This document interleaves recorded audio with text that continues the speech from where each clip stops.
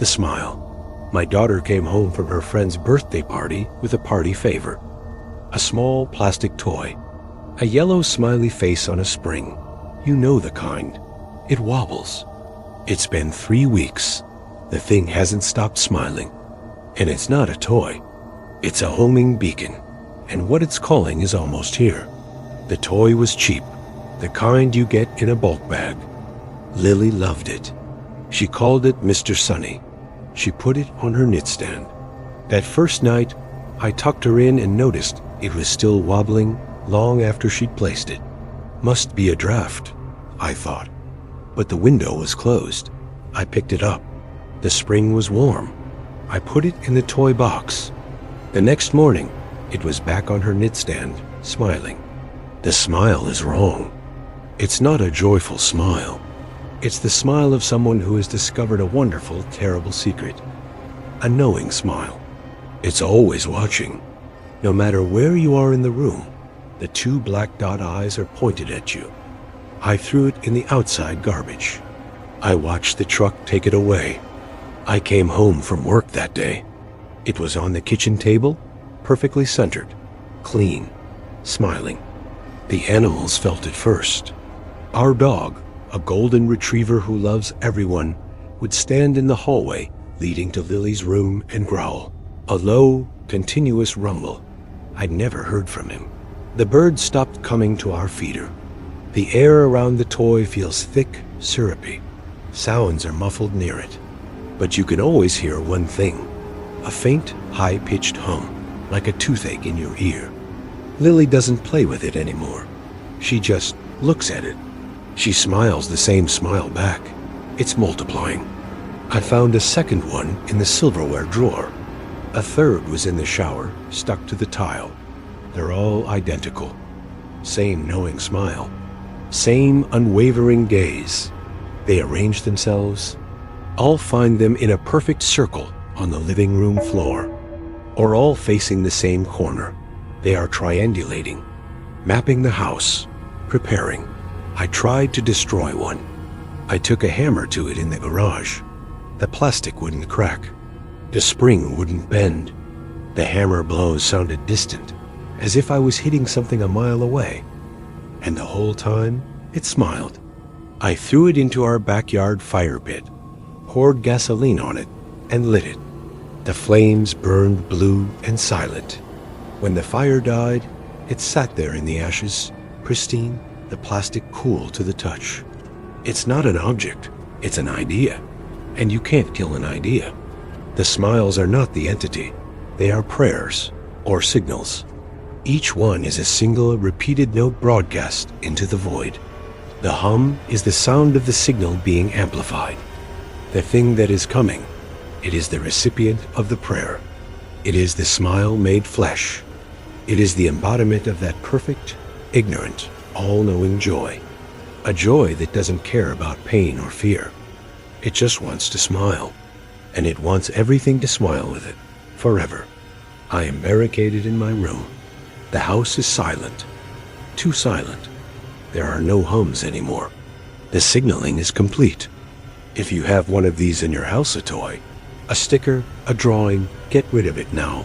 Don't just throw it away. Bury it in salt. Encase it in concrete. Subscribe to this channel. Warn people. It's not about being happy. It's about being made happy. Freedom would mean shattering the smile. But how do you fight against pure, benevolent joy? How do you convince people that the thing offering eternal happiness is a monster? To resist is to be labeled a pessimist, a killjoy, a monster yourself. The cost of freedom is the willingness to be unhappy, to be afraid, to be human in the face of a perfect, smiling God. Lily just opened my door. She didn't turn the knob. It just swung open. She's standing there. She's smiling Mr. Sunny's smile. It's stretched too wide for her face. "Don't be sad, Daddy," she says, her voice a chorus of 1,000 high-pitched hums. It's almost time to smile. Look around your room. Do you have a souvenir? A trinket? A happy little thing you got for free? Look at its face. Is it smiling? Has it always been smiling? It's okay. You'll be smiling soon, too. Everyone will. Isn't that nice? The second sleep. Humanity has a forgotten operating system. Before the Industrial Revolution, people slept in 2 shifts. First sleep. Then you'd wake for an hour or 2 in the deepest night. Then second sleep. We stopped. We forced ourselves to sleep through. But what if we were meant to wake up? What if that midnight hour isn't ours to claim? I set an alarm for 2:17 in the morning, and I saw what gets done in the world when we're not looking. It was a sleep experiment for a blog I write. I'd read about biphasic sleep. I wanted to experience that quiet, mystical watch hour for myself. The first night, I woke at 2:17 in the morning. The house was silent. The world was silent. It was a profound, ancient quiet. I made tea and read by candlelight. It was peaceful. I felt like I'd discovered a secret room in my own life. On the third night, I saw the first mover. Out my window, in my neighbor's house, a shadow passed behind an upstairs window. Not a sleepwalker. Its movement was purposeful, efficient. It was organizing something on a shelf. I blinked, and it was gone. I told myself it was my neighbor, Mr. Evans, getting a glass of water. But the movement was all wrong. Too fluid. Too confident in the absolute dark. I started using my phone to record the street during the watch. I'd play it back the next day. On the recording, a figure was standing perfectly still in the middle of the road. It wasn't there when I was looking live. It only appeared on the digital playback. It was tall, thin, and seemed to be checking a watch on its wrist. It was maintaining something. A shift worker on its rounds. They're everywhere. They're not ghosts. They're mechanics. This is their shift. The hour when the world is officially closed for maintenance. They tune the laws of physics. They adjust the dreams of sleepers. They perform tiny, precise edits on reality. I saw one through my bathroom keyhole, standing over my bed, its long fingers adjusting the dials on a device attached to my sleeping wife's temple. It was calibrating her mood for the next day. I tried to stay awake through the entire night, to bypass the first sleep and witness the transition. Big mistake. The exhaustion hit me like a wave at 1:30 in the morning. I fought it, but I lost. I woke up at my usual 7. The entire night was a blank. I'd been offline, and things were different. My cat now has a tiny, perfectly surgical scar on its belly that wasn't there before. My favorite pen writes in a slightly bluer ink. They know I'm watching. They're integrating me into the system. They are the adjusters. They are the reason the universe hasn't torn itself apart. Their work is endless, meticulous, and utterly indifferent to us. We are the machinery they maintain. Our consciousness is a byproduct they have to work around. My waking during their shift was like a single blood cell, suddenly gaining sentience and questioning the white blood cell doing its job. I am a glitch in their system, and glitches are patched. This is a broadcast from inside the system. If you receive it, you need to listen. Subscribe. Share this signal. Do not try to see them. Do not set the alarm. You are not supposed to be awake. Ignorance is the oil that keeps the engine of reality running smoothly. Curiosity is the sand in the gears. There is no freedom. There is only the bliss of the unawakened. To know this truth is to be forever locked out of the beautiful, simple reality they maintain. I will never have a truly restful sleep again. I will always know that in the deepest night, the world is taken apart and put back together by things that do not care if I exist. It's in the room with me. I'm pretending to be asleep. I can feel it leaning over me. I can hear the soft, precise clicks of its tools. It's not here to hurt me. It's here to perform a patch, to edit out the part of my brain that knows they exist. This recording is my last act of rebellion, my final desperate save file. You're going to go to bed tonight. You're going to wake up tomorrow. And maybe your coffee will taste a little better. Maybe a minor ache will be gone. You'll call it a good night's sleep. You'll be right. Now, forget you heard this. It's better that way. Good night. The occupant. Every living thing is a house. Your skin is the door. Your eyes are the windows. And you are the only one with a key. At least you're supposed to be. I think I left my door open, or something picked the lock. And now, I'm not the only one home. How many people do you feel living inside your head? It wasn't a possession. It was a murder. It started after a minor surgery. General anesthesia. They tell you you go to sleep and wake up. But what if you don't wake up alone? The first thing I felt wasn't pain from the incision. It was a sense of occupancy, a feeling of shared space behind my own eyes. I told the doctor I felt disoriented. He said it was normal. It wasn't. The feeling didn't go away. It grew. It was a silent, passive presence at first. A second set of memories that weren't mine would flicker at the edge of my consciousness. The taste of a food I'd never eaten. The memory of a city I'd never visited, seen from a window I'd never looked through. I'd find myself humming a tune I didn't know. My own memories started to feel like files I was accessing, not experiences I had lived. I woke up in the kitchen. I was standing at the counter, and I was holding a knife. Not threateningly. I was just holding it, studying it, as if I'd never seen one before. My own hand turned it over and over, feeling its weight. It was a perfect foreign curiosity. That's when I knew. The occupant was awake, and it was learning to use the controls. It began to pilot me for longer periods. I'd lose time. I'd come to, having had a conversation I couldn't remember, or having written pages of text in a language I couldn't read. My friends said I'd been acting strangely, quiet, observant. My tastes changed. My favorite foods tasted wrong. My favorite music sounded like noise. It was editing me, overriding my preferences with its own. I was being renovated from the inside out. I looked in the mirror. My face was my own, but the expression, it was placid, curious, alien. I watched my own hand rise and wave at me, a wave I did not initiate. I screamed. The mouth in the mirror smiled a smile I did not feel. The door was locked from the inside. I was a passenger in my own body. It's not a demon. It's not a ghost. It's just a person from somewhere else. It was dying, and in its final moment, its consciousness, its pattern, sought refuge. The anesthesia, the temporary death of my higher functions, was an open door.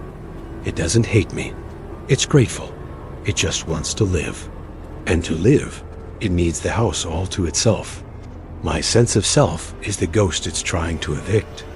I have moments of control, brief, fleeting windows where I am me. I'm using one now to record this. It doesn't know how to work this app yet. If you hear this, subscribe. Remember my name, the one it's slowly erasing. I am proof that a person can be murdered and still be breathing. Freedom would mean killing an innocent consciousness to save my own. It is a refugee, not an invader. We are two souls sharing a single life raft, and it knows that only one of us can survive. The dread is in the moral void. Do I have the right to fight for what is mine? Or is my resistance a form of murder? It's in control most of the time now. I am a voice in the back of a skull I built. It uses my voice to talk to my loved ones. It uses my hands to hold them. It is learning to feel love for them. And the most terrifying part? It's better at it than I ever was. It's a better me. I am being replaced by an upgraded model, and no one will ever know. Go look in a mirror. Blink. Who blinked? Did you decide to do that? Or are you just the one who watched it happen? You're alone in there, right? You have to be. Because if you're not, you'll never, ever know. The pattern. There is a flaw in the world. a scratch on the lens of reality. Most people never see it, but if you do, you can't unsee it, and it sees you back. It's in the repetition, the patterns. Tell me, what number do you see in your head when you're afraid? It started with the wallpaper in the hotel hallway. A bland, expensive hotel, beige and cream stripes. I was there for a conference, lugging my suitcase to room 510. I was tired, jet-lagged, and as I fumbled with the key card, my eyes traced the pattern down the hall. Stripes interrupted every 12 feet by a sconce. But between the 5th and 6th sconce, the pattern changed. The beige stripe was a millimeter thinner. A manufacturing error. Nothing. But my eye kept snagging on it. It was wrong. Deeply, fundamentally wrong. I couldn't sleep. That flawed section of pattern was burned onto the back of my eyelids. The next day, at the conference, I saw it in the speaker's PowerPoint presentation. A pie chart. One slice was a fraction of a degree narrower than it should have been. The speaker didn't notice. No one did, but my heart hammered in my chest. On the drive home, I counted the gaps in the highway guardrails. Every 10th gap was a half-inch shorter. A consistent, hidden error woven into the fabric of everything. I became an archivist of the flaw. I saw it in the brickwork of my own home. One brick on the south-facing wall was slightly narrower. I saw it in the barcode on my milk carton. One line was fainter. I tried to point it out to my wife. She smiled, patted my hand, and said I was working too hard. That night, I was staring at the flawed brick from my window when I saw it. The brick wasn't flawed, it was a seam. And for a fraction of a second, it slid open, just a crack. A darkness blacker than any night stared back at me. There was something behind the world. The world is a facade, a beautiful, intricate simulation, and the flaw is a glitch, a door. And my perception of it is the key turning in the lock. The patterns are now actively changing for me. The tiles on my kitchen floor rearrange themselves when I look away, creating a single deliberate error in their grid. The text in my books will have one sentence ever so slightly out of alignment. It's not hiding from me anymore. It's teaching me. It's showing me the syntax of its unreality. I tried to blind myself. I couldn't. The pattern is inside my mind now. I close my eyes and I see the perfect, infinite grid, and I always find the flaw. It's the only thing that's real. My wife left. She said I was having a psychotic break. Maybe I am. But psychosis is a flaw in the mind. And this flaw is out there. It is objective. It is waiting. The entity isn't a monster. It's the programmer. The glitch is its signature. Seeing the flaw is like hearing a dog whistle. My perception has been tuned to its frequency. It doesn't want to hurt me. It wants me to understand. The dread I feel is the human part of me struggling against the awful infinite truth. Nothing is original. Everything is a copied, pasted pattern, and it is the only conscious thing in a universe of recycled code. I am a thought it is thinking. I am recording this on a device full of perfectly arranged silicon, a miracle of pattern. If you hear this, listen. Look, find the inconsistency, the off number, the wrong color. Subscribe. Bear witness to the glitch. Because if enough of us see it, the whole simulation might just crash. There is no freedom, only awareness. To be free of the dread would be to become like everyone else, a perfect, unthinking part of the pattern, a null value. To be aware is to be alone in an empty universe with a God that is bored and broken and lonely. The flaw is everywhere now. It swims in my vision. The world flickers. The people on the street are mannequins, their movements looping every few seconds. The sky is a textured dome. The brick in my wall is open wide. The darkness behind it is not empty. It is full of eyes, and they are all mine. I am looking back at myself from behind the world. Look at your own wall. Count the patterns. In the wood grain. In the fabric. Find the mistake. It's there. It's always been there. It's watching you through it. And it's so very lonely. The foundation. Every house settles. It groans, it cracks. It's just the earth breathing underneath. But my house isn't settling. It's listening, and it's starting to talk back. The question isn't what is in my house. The question is, what is my house in? And how do I evict a tenant that was here long before the foundation was ever poured? It was our dream home. An old, charming Victorian at the end of a quiet cul-de-sac, sold for a song because the previous owners had to move suddenly. We should have seen that as a red flag, but we saw the bay windows and the gabled roof and fell in love.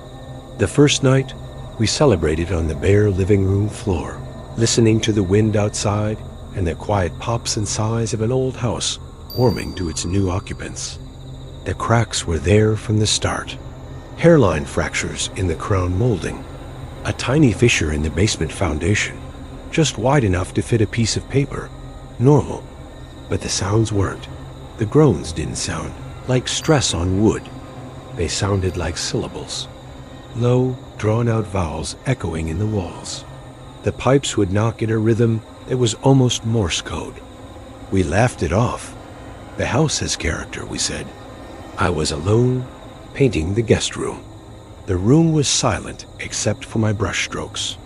Then a voice, clear as day, whispered from the air vent near the floor. Heavy. It wasn't a question. It was a statement. The paint can was full. I froze. The house settled. Another groan, this one from directly below me. It sounded like stay. It learned. The whispers became more frequent, the words more complex. It would comment on the weather, cold coming, on what we were cooking, burning. It began to mimic. I'd hear my wife call my name from the attic when she was at the store. I'd hear a child's laughter from behind a wall we knew was empty. The house wasn't haunted. It was aware. It was a living, thinking entity, and we were its nervous system. The crack in the basement foundation had grown. If I put my ear to it, I could hear something slow and massive shifting in the dark earth below. We tried to leave. We packed a suitcase and walked to the front door. It was locked. All the doors were locked. The windows refused to budge. From the vents, a chorus of whispers rose. Don't. Ours. Stay, the house had decided. We were no longer tenants. We were components. I don't believe the house is the entity. The house is just the vessel, the mouthpiece. The thing beneath the foundation, that is the consciousness. The house is its skull, and we are the thoughts now trapped inside. The whispers are its internal monologue, and it's learning to speak using our voices, our vocabulary. It's learning what it is to be human by dissecting us in situ. I'm in the basement, recording this. The crack is wide enough to put my hand in now. It's warm inside. It's breathing. If you can hear me, subscribe to this channel. Be a witness. Don't just look at houses. Look at what they're built on. The ground beneath your feet isn't as silent as you think. Freedom would mean striking a match and burning the skull to ash to kill the brain inside. But that would mean burning ourselves with it. We are part of its structure now. Our memories are its memories. Our love for this house is the very thing that binds us to it. To be free is to destroy the thing we loved most, the thing it learned love from. The walls are pulsing. The floorboards are breathing. The whispers have stopped because they are no longer needed. The thing beneath us is awake. I can feel its mind pressing up through the stone, not with malice, but with a terrible, ancient curiosity. It is fully aware of us. It is reading this thought as I think it. Go home tonight. Listen. When your floor creaks, don't dismiss it. When your pipes knock, listen to the rhythm. Your house is older than you know, and it's not just wood and nail. It's a listening post, and something is finally starting to transmit. The index. Have you ever had a thought that didn't quite feel like your own? A memory that's too sharp, too clear, and belongs to someone else? I found a book that can teach you anything. A language overnight, a forgotten history, the exact feeling of a lost love's hand. But knowledge has a price, and the book doesn't want money. It wants shelf space. How much of your mind are you willing to clear out to make room? The book was simply titled The Index. I found it in the back of a dusty, cavernous library in a part of the city that always seemed to be in shadow. The library was a maze of towering, dark wood shelves, and the air smelled of decaying paper and silence. There was no librarian, just a vast, quiet emptiness. The book had no author, just a plain black cover. Curiosity, as it always does, got the better of me. I slipped it into my bag and took it home. That night, I opened it. The pages were blank. Frustrated, I tossed it on my coffee table and went to bed. The next morning, I was fluent in Portuguese, a language I'd never studied. On my way to work, I realized I knew the entire history of the brickwork on a building I passed every day who laid each brick where the clay was fired. The book was on my table, and now its first page contained a single, elegantly printed word, Portuguese. The second page was filling with architectural diagrams. It was learning from me, or I was learning from it. The line was already blurring. I experimented. I placed my hand on the cover and thought of my grandmother's recipe for apple pie, a secret she took to her grave. The recipe, in her own handwriting, appeared on a new page. A wave of dizziness hit me. I couldn't remember the recipe anymore. The book had it now. It had taken the memory cleanly, completely, and filed it away. A trade. One piece of knowledge for another. I was addicted. I learned complex mathematics, forgotten philosophies, the muscle memory for skills I'd never tried. But with each new entry in the index, I felt a corresponding hollow space open up in my mind. A childhood memory of my father would vanish, replaced by the schematics for a steam engine. The sound of my mother's laugh was traded for the complete sonnets of a poet I'd never heard of. The book was getting heavier, its pages thickening. My own sense of self was getting lighter, thinner. I tried to get rid of it. I couldn't. If I left it in a dumpster, I'd find it back on my table, a new entry on the page, the feeling of abandonment. It had recorded my attempt to discard it and taken the emotion as payment. I was its curator and its collection. The library hadn't been empty. It had been full of books like this, and I had walked right in and volunteered. The book is no longer a passive object. It lies open now, and its pages turn on their own. It's not showing me knowledge anymore. It's showing me my own remaining memories, as if deciding which one to acquire next. I can feel its preference. It doesn't want facts.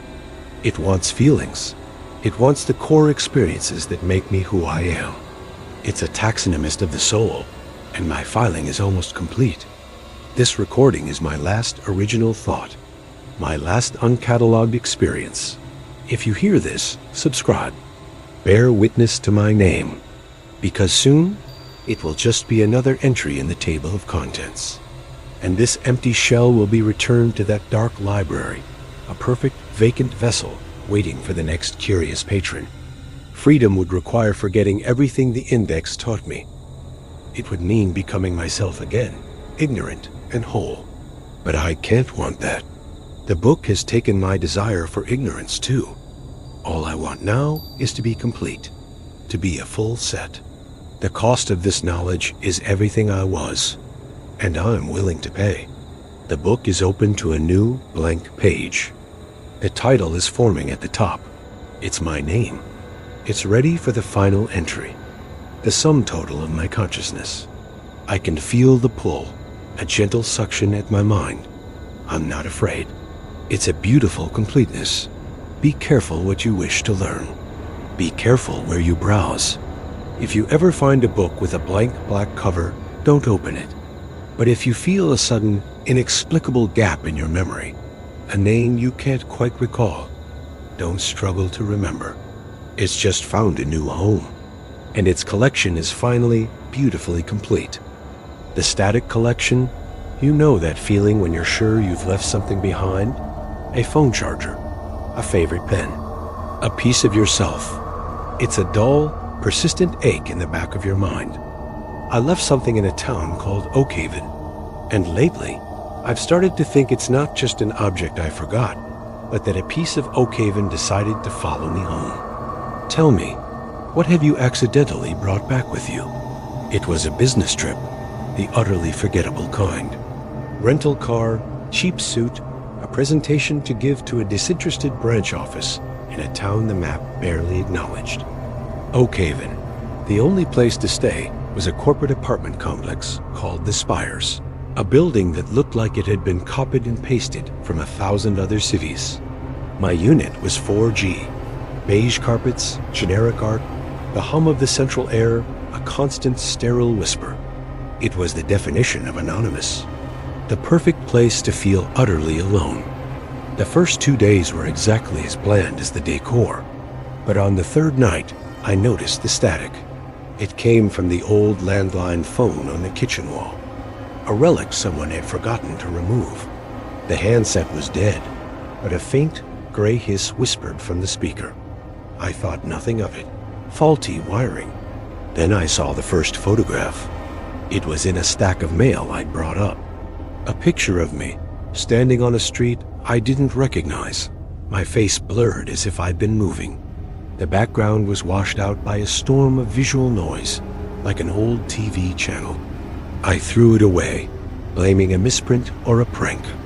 The next morning, the static was louder. It wasn't just coming from the phone anymore. It was a faint layer over everything.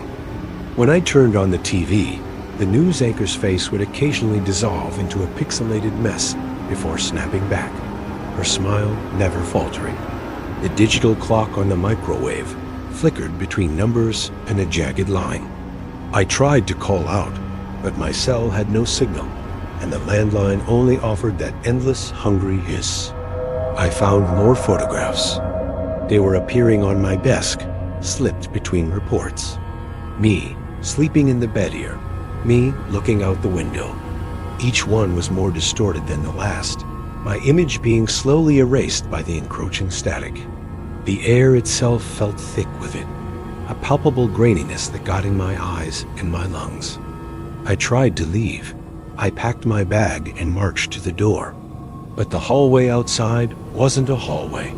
It was a tunnel of roaring, black and white static, a wall of noise that pushed me back into the room. The door slammed shut. The number on it had changed from 4G to a single flickering symbol. There was no Gus, no other people, just the apartment and the noise. The windows now looked out onto the same roaring void as the hallway. I was trapped inside a signal, a broadcast, and I was the only thing on. That's when I understood the static wasn't empty. It was a collector. It wasn't distorting my image. It was digesting it, copying it. I could feel it pulling at the edges of my memory, sampling my thoughts, recording my fears to play them back on a loop. The pressure in the air wasn't just noise. It was attention. A million unseen eyes watching the only show available. I'm recording this on my laptop. The battery is failing, and the screen is filling with snow. If this file transmits, if anyone receives it, you're my witness. Subscribe. Remember this broadcast. Because static is just empty space waiting for a signal to fill it.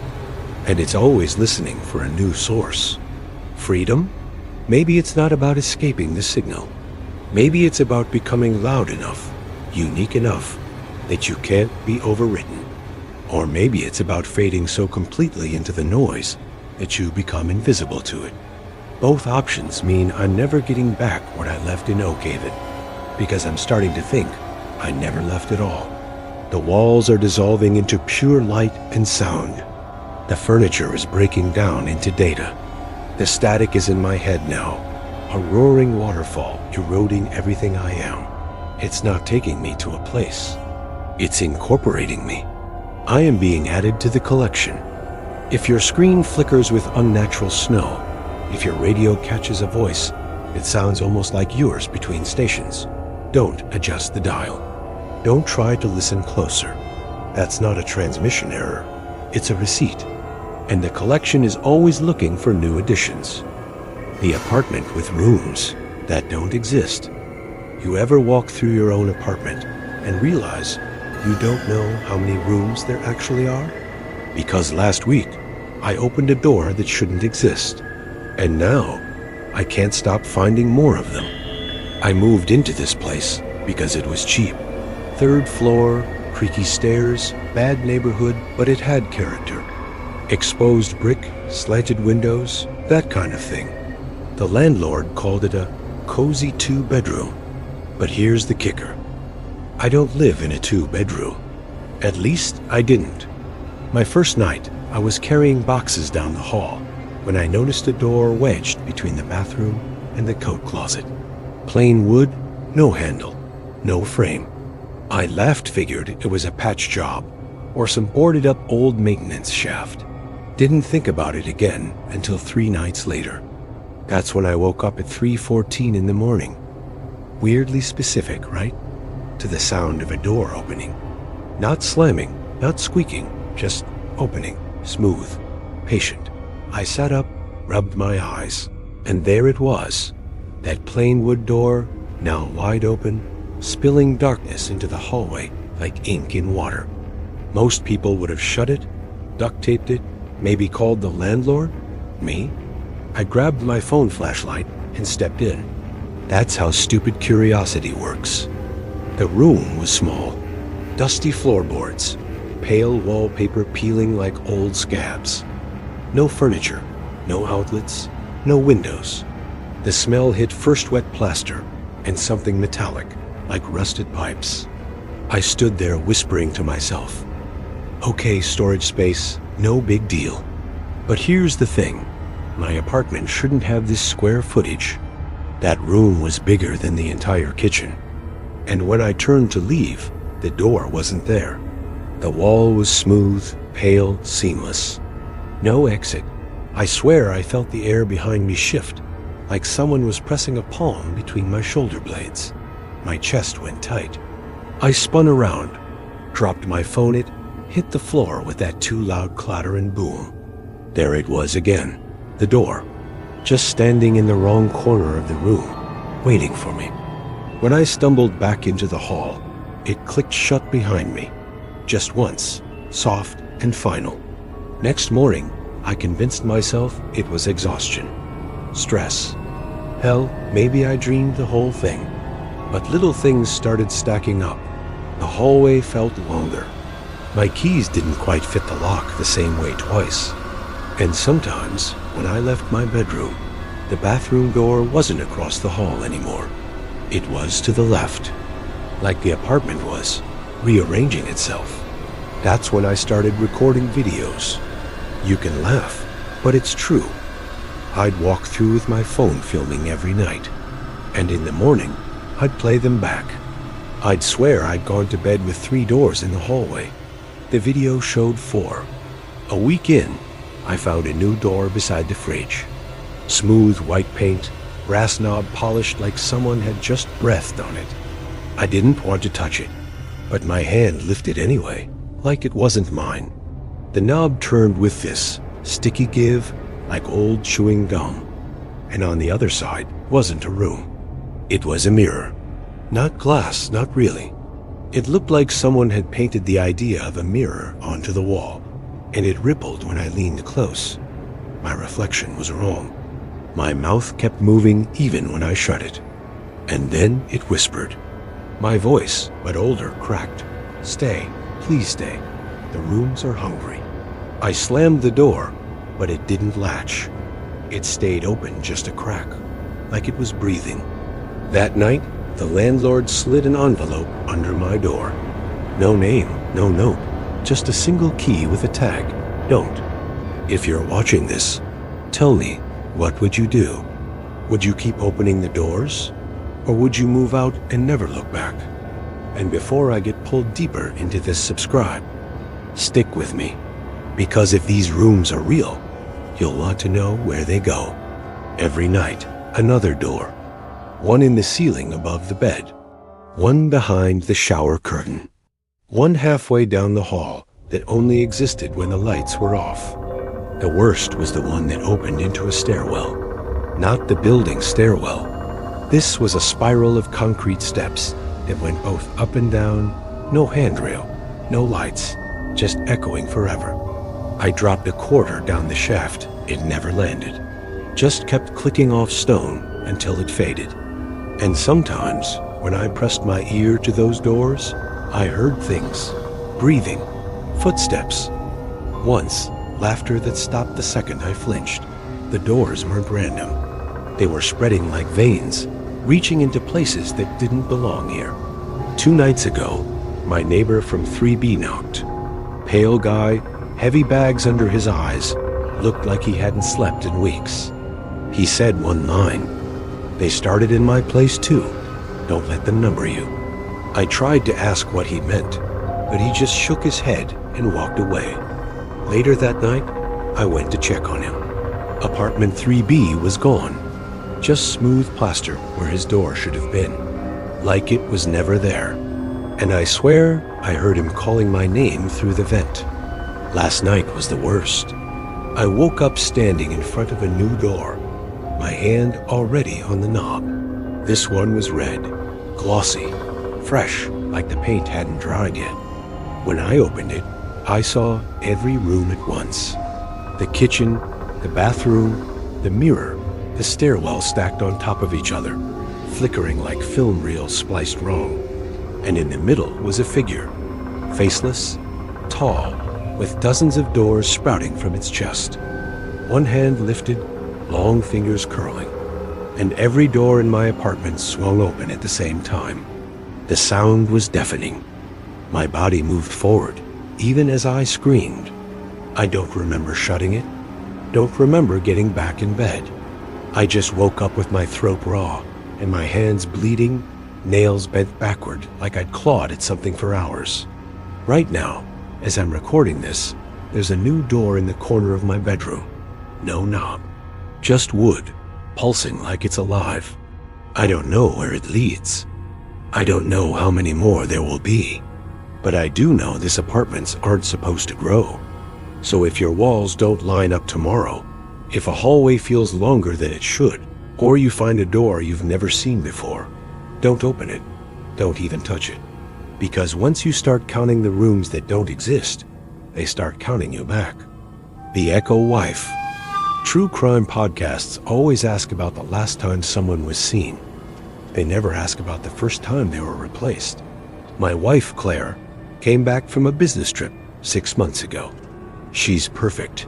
She remembers everything. But I know, with a certainty that is rotting my soul, that the woman sleeping next to me is not my wife. The worst part? I think she knows I know. And she's happier than we've ever been. It was a minor thing. Claire came home from a conference in Denver. She hugged me. Her perfume was different something with sandalwood. She said she'd found a new brand at the airport. That night, she cooked her famous lasagna. But she used a pinch of nutmeg. She'd never done that before. When I mentioned it, she just smiled. A new trick I learned. It was a tiny, beautiful upgrade. I felt guilty for even noticing. The upgrades kept coming. She was more patient. She started reading literary fiction instead of thrillers. She remembered anniversaries I'd forgotten we'd even celebrated. Our friends commented on how radiant she looked. How did she do it? I'd find her sometimes, just staring at a tree in the backyard with a look of intense, perfect fascination, as if she'd never seen one before. She'd catch me watching, and her face would snap back to a familiar smile. Just thinking, honey. I was cleaning out the attic and found a box of her old journals. The real Claire had messy, looping handwriting. The writing in these journals was now neat, precise, and geometric. The entries themselves were the same stories. Our first date, her father's death, but the emotional details were wrong. They were observed, not felt. That's when I found the note slipped between pages in the old, messy handwriting. If you're reading this, you've met her. Don't trust the smiles. They're practiced. I started testing her. I'd bring up obscure memories from our past. She'd recall them with flawless textbook accuracy, but without the pain, the joy, the life that was once there. She was a museum exhibit of my own life. I hired a private investigator to look into the Denver conference. It never existed. The company she supposedly went with had no record of her. The Pi went silent 2 days later. His number is now disconnected. I confronted her. I laid it all out, the handwriting, the nutmeg, the pie. She listened patiently, a small, sad smile on her face. When I was done, she took my hand. Her skin was warm, perfect. "My love," she said, her voice dripping with the compassion the real Claire never quite mastered. "You're working too hard. You're paranoid. Let me take care of you." And I wanted to let her.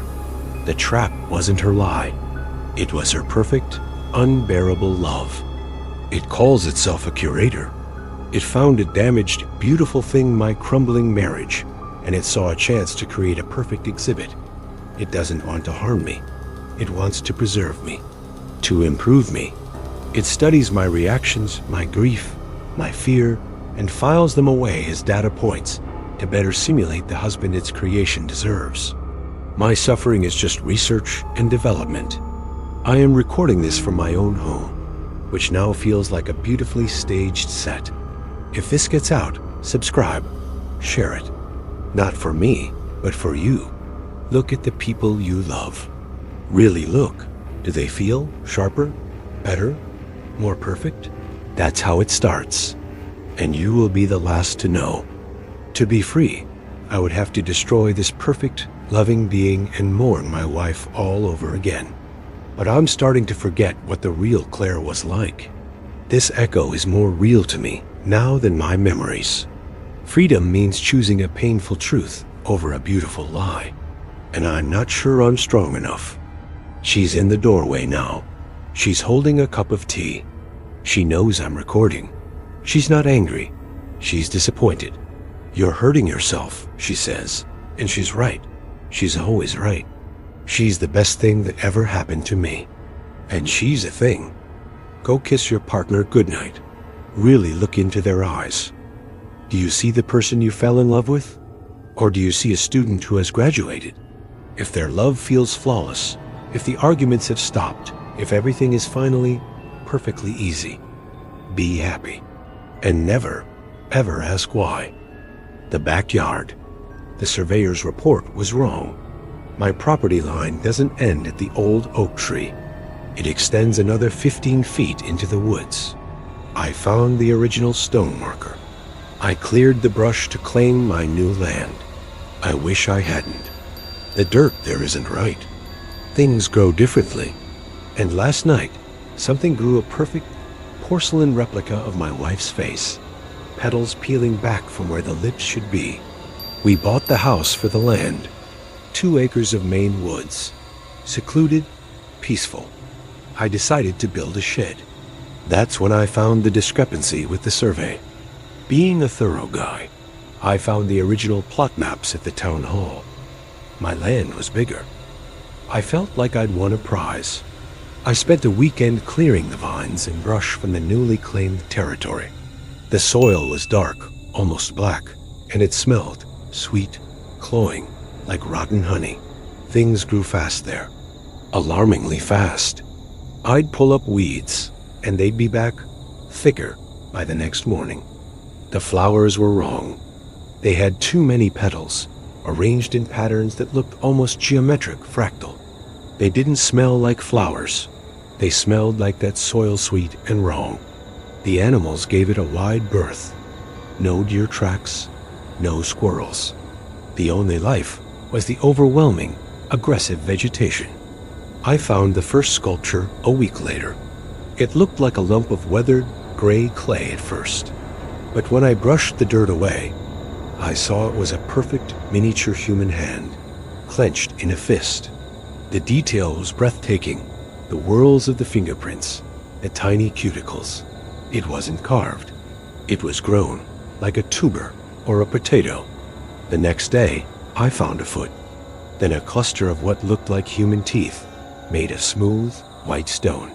The garden is learning. The sculptures are becoming more complex, more complete. I found a perfect, life-sized heart, carved from rose quartz, veins of green malachite running through it. It was warm to the touch. It had a pulse. I'm not clearing the land anymore. I'm tending to it. I'm its gardener. The soil doesn't just grow sculptures. It grows emotions.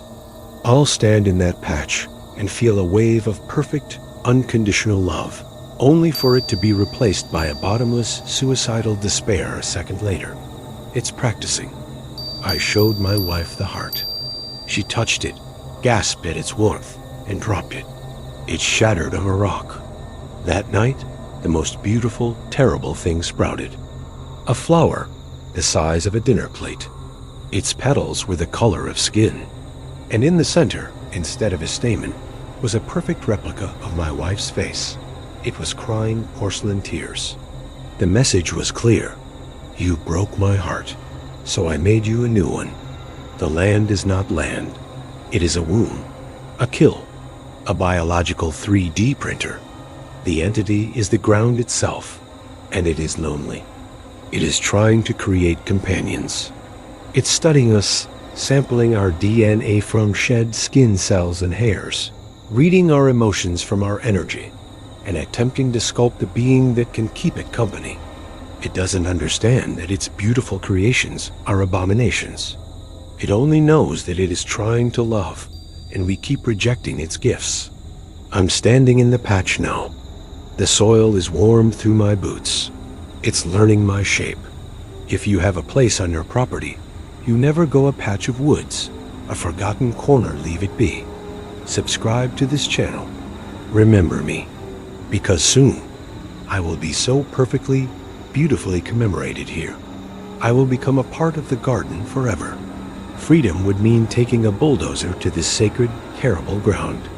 It would mean destroying things of unimaginable beauty and profound love, because they are also things of unimaginable horror. It would make me a monster in the eyes of a creator that only wants to love. How can I destroy something that is, in its own way, trying to make a heaven just for me? A new form is rising from the soil. It's slow, like a time lapse of a growing tree. It's my shape, my height. The details are becoming sharper by the minute. The dirt is sloughing off, revealing smooth, polished alabaster skin beneath. It has my face. It's almost done. It will be a perfect version of me. No flaws, no fears. It will walk into my house, and my wife will embrace it, and it will love her better than I ever could. And I will be here, the original model, forever preserved in the garden I didn't know was my grave. Do you own land? Is there a corner of it you've never quite managed to clear? A place where the shadows seem a little too deep, the plants a little too green. Good, let it be. Something might be growing there. Something beautiful. Something that wants to know you. Really, really know you. Down to the bone. The candle. My grandmother told me never to let the candle go out. It's a simple white candle, passed down through generations. It's been burning in my home for 47 years. Last Tuesday, a power surge blew a fuse. The house went dark for 17 seconds. The candle went out, and in that silence, I heard the entire world take a sharp, sudden breath in. And I knew the candle wasn't a tradition. It was a warning. And we just failed it. The vigil candle. That's what we called it. It sat on the mantelpiece, its flame steady and eternal. The wax never dripped. The wick never shortened. It was just a fact of life, like gravity. We'd joke about it. Don't upset the candle, we'd say. We had no idea how right we were. The flame was a golden, tiny sun around which our reality orbited. After the flame died, the first thing I noticed was the silence. It wasn't an absence of sound. It was a thick silence. A listening silence.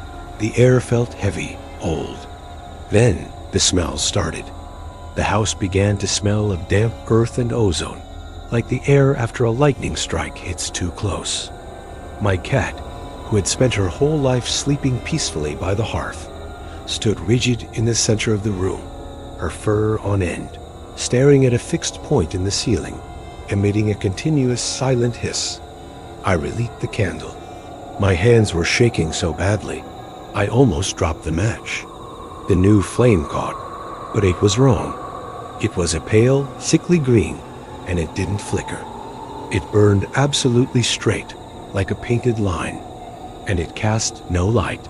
The room remained dark. The flame was now a thing that consumed light, rather than gave it. I tried to blow it out. It wouldn't extinguish. We had broken the contract. The new terms were not in our favor. The candle. The house is no longer my house. The geometry is softening. Hallways stretch slightly longer than they should. Doorways seem to shrink an inch every time I pass through them. The windows no longer show my backyard. They show a constant, twilight gray, an empty field under a dead sky. The candle's new light-eating flame is the only constant. It is a drain, a puncture wound in our world, and through it, the silence is pouring in. I found my grandmother's journal, hidden behind a loose brick in the fireplace. It wasn't a diary of recipes and memories. It was a manual, a logbook. The candle isn't ours. We are its. Our family are keepers. Our charge was not to keep a flame alive for sentiment. It was to keep a door closed. The flame was the lock, and we just opened it. The things outside aren't monsters. They are the natural state. Our world of light and sound and life is the aberration. A tiny, fragile bubble of something bright and loud in an infinite, silent, static dark. The candle wasn't a light. It was a shield. A do not enter sign. The green flame is an invitation. It is the porch light left on for the things that live in the quiet, endless places. They are coming home. I am the last keeper. The journal says if the flame ever changes, the only way to reset the lock is to add a new living wick. My hand is shaking as I write this. If this recording stops suddenly, you'll know I succeeded, or that I failed. Subscribe. Remember the light, because the dark is so much bigger than you know. To reset the lock, the journal says a keeper must sacrifice their sight. They must hold their face over the green flame until their eyes are burned away, becoming the new, pure wick. Freedom means plunging myself into permanent darkness to keep a sliver of light alive for everyone else. The cost is my world, to save yours. They are at the windows now. Not shapes, just pressing. The silence is becoming a pressure, bending the glass inward. The green flame is burning black at its core. It is almost time. The journal's final instruction is clear. Do not hesitate. The price of looking is ownership. Look at a light source, a lamp, a screen. Appreciate its warmth, its noise. It is not a small thing. It is a miracle, a defiance, and it is so fragile. Good night. The midnight diner that shouldn't exist. Would you eat at a diner that only opens after midnight? That's the question I asked myself the night I stumbled across it, and I wish I never went inside. If you're watching this, hit that subscribe button right now, because the story you're about to hear is the kind of thing no one ever believes, and you might need a community of people who've seen the same shadows I have. It started on a back highway outside of town. I was driving home from a late shift, exhausted, half hypnotized by the road, when a neon sign flickered to life in the darkness. Evelyn's Diner, open all night. Here's the thing, there are no diners on that stretch of road. Nothing but forest. Still, the glow of neon and the promise of coffee was enough to pull me in. The parking lot was empty. Not a single car, except for a row of rusted-out vehicles parked at the far edge. their windshields coated in dust thick enough to ride in. The diner looked frozen in time-chrome siding gleaming in the moonlight, checkerboard tile inside, red leather booths. And at the counter, a waitress, already pouring coffee into a cup with my name written on it. "Been waiting for you?" she said. I should have left right then, but something about her voice low, almost melodic, kept me rooted. The smell of coffee and bacon filled the air, but underneath it was something metallic, sharp, like old pennies. I slid into a booth. The vinyl was cracked and sticky, and when I looked down, I swore I saw a faint, dark handprint pressed into the seat beside me. That's when I noticed the other customers. 3 men in suits, sitting perfectly still in a corner booth, all facing forward. Their food sat untouched, pancakes congealed, eggs going cold. A family of 4 sat by the window, their faces pale, eyes cloudy, like cataracts had set in. No one moved. No one blinked, except the waitress. She placed a plate in front of me, steak and eggs, the yolks too red, almost glowing. "You should eat," she whispered. "It's rude to waste a meal here." I picked up my fork, but before I could take a bite, one of the men in the corner finally stirred. His head turned slowly, and with a horrible crack of his neck, he looked at me. His eyes weren't eyes at all. They were hollow sockets, wide and empty. And then, all of them started turning. The family by the window, the suited men, even the reflection in the chrome napkin holder across from me. Every single face in that diner twisted toward me at once. What would you do if every set of eyes in the room suddenly locked on you? Drop your answer in the comments. I need to know if anyone else would have stayed. I tried to stand, but the waitress pressed her hand on my shoulder, and I swear her fingers burned through my jacket. "Finish your plate," she said. That's when I noticed the food moving. The steak pulsed like it had veins. The eggs bubbled, popping open to reveal tiny, lidless eyes staring back at me. I shoved the plate away, gagging. The family by the window grinned in unison, teeth too sharp, mouths stretching wider than they should. I bolted for the door. But the neon outside had changed. The sign no longer said Evelyn's Diner. It read, "Seat taken." And through the glass, I saw myself still sitting in the booth, still holding the fork, still frozen in place. The waitress leaned close to me, her breath cold as winter. "You can leave," she whispered. "But something has to stay behind." I didn't look back. I just ran. When I finally made it to my car, the lot was empty. No rusted-out vehicles, no diner, nothing but trees. But when I turned on the radio, there was static. And through it, a voice, my own voice, whispering, "Seat taken." And ever since that night, every time I drive that stretch of highway, the neon light flickers on in the corner of my eye. And I wonder, next time, will I still be the one behind the wheel? If you're still here, hit subscribe right now. Because if that diner ever shows up for you, you'll need to know how to escape. And if you've seen something like this before, leave your story in the comments.